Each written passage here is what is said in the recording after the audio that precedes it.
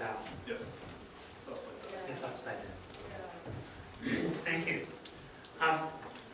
This is a report on part of a larger project. And the larger project is to understand the different ways the world has invented to build human-computer interfaces that deal with alternatives, not just in design, but in other aspects of human problem solving as well. And in looking at the design aspects, particularly spatial grammar, I'm discovering that spatial grammar, in fact, I could substitute spatial grammar for almost any other discipline. The disciplines severely channel the choices that people have made in designing interfaces for dealing with alternatives. Now, I can start by quoting from someone Frank Lloyd Wright, but I could have quoted, given quotes from many other people that would say essentially the same thing. And every idea that is a true idea is a form and is capable of many forms. The variety of forms of which it is capable determines the value of the idea. What he's saying is essentially what Newell and Simon said in the human information processing system theory. And in a nutshell, in a very partial nutshell, people design, the central part of the HIPS theory is that people design by searching in a problem space aided by external media. And this remains to this date, although it was developed in the late 60s and early 70s, it remains the best model we have for accounting for what people are doing when they're designing. Now, we'll just go over that. People design by searching the problem space, and the problem space includes both goals, states, and actions. And they're always aided by an external medium. Now, while true, the HIPS model is largely silent on the specific acts that people undertake while searching the problem space. It says, it predicts that that's what we do. And we design by having some states, almost always represented in some external media, and we operate on those states to produce new states. And in doing so, we change the goals of our design process. But it's that the model itself is largely silent on the specific acts that we do. Now, a bit of an aside here is that the computational design discipline has largely used the term design exploration to mean search in a problem space. Now, historically, the reason we've done that is to be polite to other design researchers who have quite incorrectly challenged Newell and Simon's search as too restrictive. And most of those people, when challenged, they haven't read the structure of those structured problems, which is the famous article in which Simon refutes them. So, however, this term exploration does have a more open-ended connotation than search. So, when you read search in a problem space, substitute the term design exploration, and it more reflects the history and usage of terms in our field. So what happens in design exploration? What happens when people are searching in a problem space? I'll contend that there are these 8 generic acts. We first find alternatives in the world. We find precedents, we find beginnings of ideas. And this is an external act looking to the broader world and not to our internal process. We make alternatives. The act of designing is to search in a problem space, is to explore, and in doing so we make alternatives. And then if we're good students of Donald Schoen, we reflect on those alternatives both for what they might mean in the current situation and in future situations, and for our practice. When we're working with collections of alternatives, provided we have them, we scan those collections for alternative of interest. And some research has shown that we can do such scans incredibly quickly. Once we have a small set of scanned alternatives that we're seriously interested in, we compare them. We go back and forth, and we look at one and we look at the other. And it's a very different activity than scanning. We organize them typically in space. We tack them on the walls, we organize them on the desk, we sort them on a computer screen into collections that are meaningful to us. We remember key alternatives that we come back to. And so to remember something, we must dwell on it, typically for 5 to 10 seconds in order to transfer it to long-term memory. And then we recall. Now we recall alternatives with contextual cues. We might recall an alternative on the basis of, we thought about that last Friday when I was meeting with Joe. So the recall of alternatives is often not directly on the context. So if we take these 8 acts as things that people do when they're working on alternatives, and that's the kind of frame for this study. It's looking at the wide range of things that people will do when they're working with alternatives, and then examining the media that we've created that are supposed to facilitate our work with alternatives. Now, we create external media for working with alternatives. The very best one, by the way, we've ever created.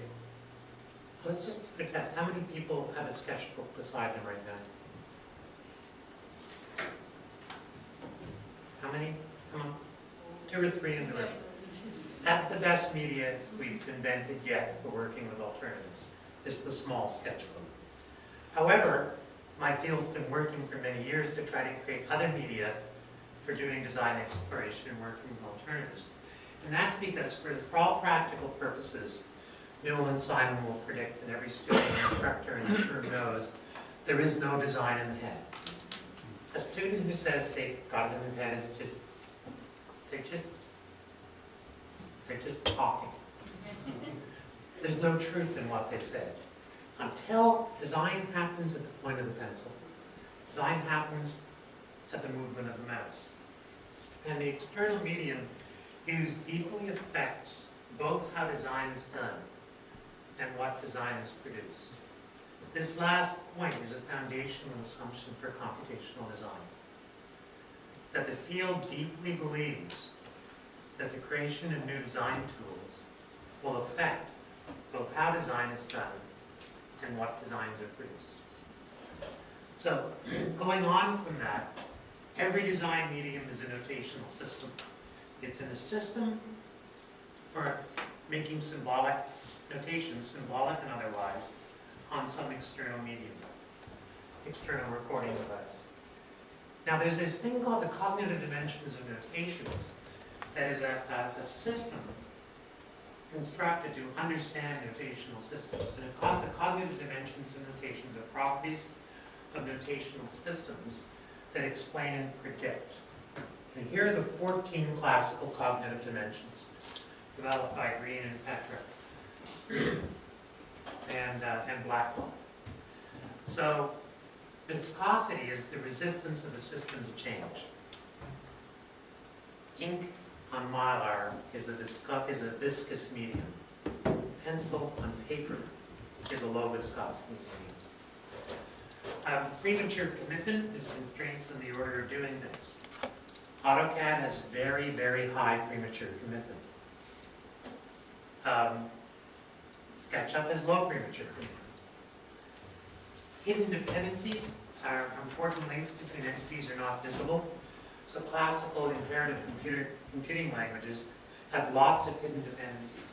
Global variables in the program, they create notoriously hidden dependencies. Secondary notation, extra notation that stands outside of formal syntax. When you color a cell in Excel, you're using a secondary notation.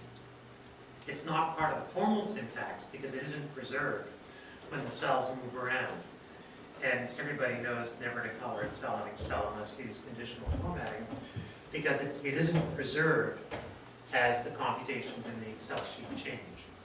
So each one of these labels basically a discussion point for understanding how systems work. So what we did, starting with human information processing, using the 8 generic tasks and the cognitive dimensions and notations framework, is we reviewed 25 grammar-based interactive systems. For each, we describe what is necessary in cognitive dimensions, notations. We describe the state notation, the space notation, and the environment in which they work. We classified each against the 8 generic exploration tasks. And for one, and I plan to do more of these, we did a broad brush cognitive dimensions notations. So, the systems we worked with included systems such as gedit, which is very typical. And in gedit, the activities supported, the HF activities it supports 2. Its state notation is 2D shapes, its space notation is none, and it has an environment. We looked at a new system called Exploriform. It supports 5 of the 8 generic activities. Its state notation has a state notation, a space notation, and provides an environment. When we looked at the 25 systems, we found that none of them supported the find task.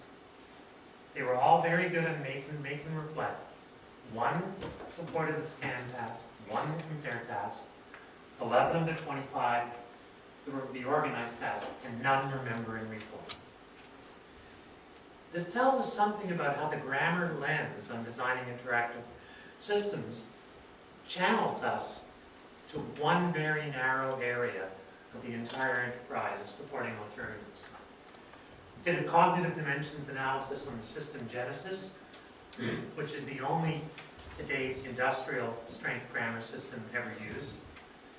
And we find predictably things like very high viscosity, visibility of rules is high, visibility of spaces is low, and so forth. My point is, my points are, the existing systems, grammar systems, are nearly silent on 5 of the 8 generic tasks. They have an almost exclusive focus on making. Grammar is naturally reflective. To build a grammar is to be reflective. So we shouldn't be surprised to see that in grammar interfaces. Most interpreters share a common implicit interface design that has not been intellectually challenged since Mark Tapia did gedit, and earlier on, since Krishnamurti did his interpreter. The exceptions to this all treat the design space as a primary artifact. And we, our community, needs to break this mold. So here are some exceptions. Paraffin Mohidowin's Exploriform, which is a takeoff on Chris Carlson's Discoverform, which allows you to do parallel editing. Cambria, in which the design space itself is the primary artifact, in which you can make and break collections of designs very, very fluidly. Design Re-Explore, which looks at the history of development of a parametric object and branching off the history as a way of generating new forms.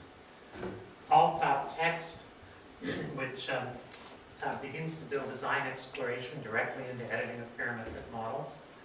And Shiro, which is a declarative language for design alternatives within a parametric modeling system. These are some of the ideas, represent some of the ideas I think we can use to start breaking out of this straitjacket that I believe we put ourselves in. I think I've given evidence we put ourselves in designing interfaces for generative systems. Thank you.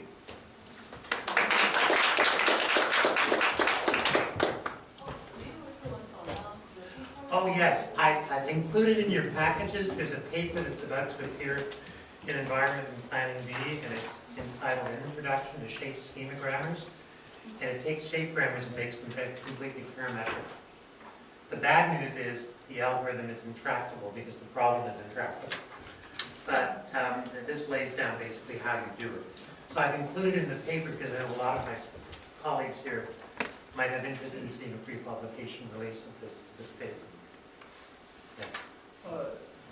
When you mentioned like none of the programs had the remember or recall, None. Could you give an example? What would that functionality be like, or like how is it different than a save function or a load function? Well, to remember is to spend 5 to 10 seconds considering something before you transfer it into long-term memory. So a system that would help you remember, would help you build connections between current state thing you're looking at trying to remember in prior states. So it would show relational information. A bookmarking system is a very primitive remembering system. None of the systems have a bookmarking capability, for example. Yes? So we see that the experiences of designers play a role in the results that you found. Could you just, I'm not quite sure I understand the question. The experiences of designers or the persons you try to observe. So personal experience of designers. Right. The personal experiences, does it really play a role? That's what Schoen would predict, and that's what the reflection task is about. And the argument for a very long time about spatial grammars is there a way to do formal reflection and designs to reflect on craft. And a lot of the work done, particularly the early work done by Steiny's students and Knight students, was primarily about that.